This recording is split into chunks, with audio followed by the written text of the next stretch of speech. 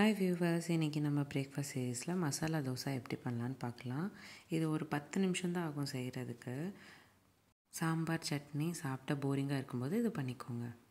ஒரு பேனில் 20 ml எண்ணெய் சேர்த்துக்கோங்க. கூடவே அரை ஸ்பூன் கடுகு, ஒரு பச்சை மிளகா சின்ன சின்னதாக கட் பண்ணிக்கோங்க. கூடவே கொஞ்சமாக கருவேப்பிலை சேர்த்துக்கிட்டு நல்லா வதக்கிக்கோங்க. நல்லா வதக்கிக்கிட்டக்கப்புறம் ஒரு பெரிய சைஸ் வெங்காயம் பொடிசாக கட் பண்ணிக்கிட்டதும் சேர்த்துக்கிட்டேன். பொன்னிறமாக மாறுற வரைக்கும் வெங்காயம் நல்லா வதக்கிக்கோங்க. மசாலாவுக்கு பொடிசாக இருந்தால் தான் வெங்காயம் டேஸ்ட் நல்லா இருக்கும். வெங்காயம் நல்லா வதங்கினக்கப்புறம் 1/4 ஸ்பூன் காரத்தூள், கொஞ்சமாக மஞ்சத்தூள், அரை ஸ்பூன் உப்பு போல் சேர்த்துக்கிட்டு நல்லா கலந்து விட்டுக்கோங்க.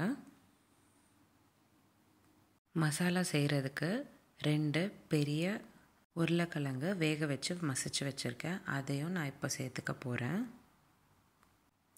நல்லா கலந்து விட்டுக்கோங்க.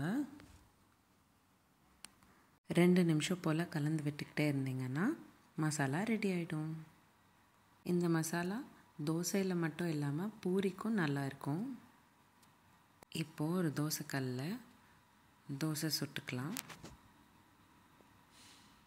தோசை மெலிசாக ஊற்றிக்கிட்டிங்கன்னா மசாலா தோசை நல்லா கிறிஸ்பியாக இருக்கும். தோசை 2 பக்கமும் நல்லா வெந்தக்கப்புறம் நடுவில் நம்ம செஞ்சு வச்சுருக்கிற மசாலாவை சேர்த்துக்கணும். நல்லா ஈவனாக ஸ்ப்ரெட் பண்ணிக்கோங்க. தோசையை மடிச்சுக்கிட்டு சர்விங் பிளேட்டில் மாற்றிக்கோங்க. அவ்வளோதான், மசாலா தோசை 10 நிமிஷத்தில் ரெடி ஆகிடுச்சு. உங்களுக்கு இந்த வீடியோ பிடிச்சிருந்தால் லைக் பண்ணுங்கள். இதே மாதிரி டெய்லி ஒரு ரெசிபி பார்க்குறதுக்கு என்னோடய சேனல் சப்ஸ்கிரைப் பண்ணிக்கோங்க. மீண்டும் சந்திப்போம் ஒரு அழகான ரெசிபியுடன். தேங்க்யூ.